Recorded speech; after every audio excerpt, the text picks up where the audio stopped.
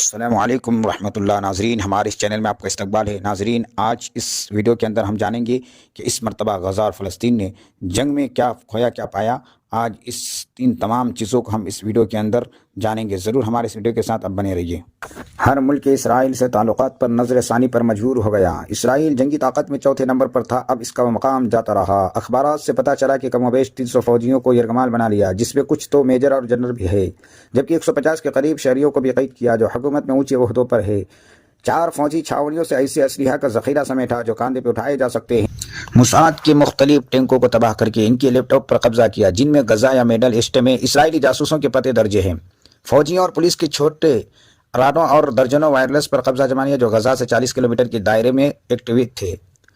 1,500 rocket داغے جن سے دشمن کا بھاری جانی اور مالی نقصان ہوا۔ اسقلان اور اس کے قرب جوار سے 5 لاکھ اسرائیلیوں کو گھر بار چھوڑ کر ریفیوجی بننے پر مجبور کر دیا۔ 2,500 اسرائیلیوں کو جہنم حاصل کیا۔ دنیا کے 7 بڑے ملکوں کی اٹلی جنس کو فیل کر کے اپنے ہدف کو انجام دیا، جس سے ان کی ناک کٹ گئی۔ فلسطین کے مسئلے کو عالمی سطح پر مکمل زندہ کر دیا۔ اسرائیل کے سفیروں کو کچھ ملکوں سے بھگا دیا گیا۔ مغربی ممالک کے عام شہریوں کی نگاہ میں ان کی حکومتوں کو ننگا کر دیا۔ عرب ممالک میں چھپے ہوئے منافق بادشاہوں اور ان کے چمچوں کے چہرے سے نقاب نوچ لیا۔ اس حملے کے بعد اسرائیل کی اکانومی گرتی جا رہی ہے۔ اسرائیل وزیر اعظم کو اس کی عوام کی نظروں میں دو کوڑی کا بنا دیا۔ تمام عالم اسلام کے جوانوں میں شہادت سے محبت پیدا کر دیا اور قبلہ اول پر مر مٹنے کا جذبہ پیدا کر دیا۔ جتنی مسلم حکومت امریکہ کے پیشاب کی دھار دیکھ کر اپنا قبلہ طے کرتی ہیں، انہیں ننگا کر دیا۔ قذافی، مرسا، صدام وغیرہ کو کس لیے قتل کروایا گیا تھا، اس پر پھر سے بحث چھیڑ گئی اور لوگ صاف صاف کہنے لگے کہ ان کے قتل سے عالم اسلام کا کیا نقصان ہوا۔ ہر مسئلے کے علماء میں یزیدیوں کی تعداد مکمل واضح ہو گئی۔ یہودیوں کے خلاف مسیحیوں اور دیگر لوگوں کے دلوں میں نفرت کا بیج بو دیا۔ فلسطینی زمینوں پر قبضہ کر کے جتنے گاؤں بسائے گئے ہیں، اب ایک بھی اسرائیلی رات کو چین سے نہیں سو سکتا۔ نہ جانے کب یہ لوگ کس سوراخ سے نکل کر ہمیں ختم کر دے، یہ خوف رواں حملے سے پیدا ہوا۔ چند عمر دراز بندوں کو ریا کر کے دنیا کو بتا دیا کہ وہ نہیں جو مغربی میڈیا انہیں بتا رہا ہے۔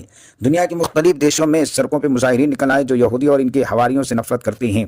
دنیا کے مختلف ملکوں کی پارلیمنٹ تک میں ان کی آواز میں آواز ملائی جانے لگی۔ اسرائیل کو ڈیفنس کا حق ہے کہ آر میں امریکہ بہادر جو ظلم کرواتا رہا۔ روس جیسے ملک نے ایک پوائنٹ واضح کر کے بتایا کہ اسرائیل غاصب ہے، اسرائیل نہیں بلکہ فلسطینیوں کو سیلف ڈیفنس کا حق ملنا چاہیے۔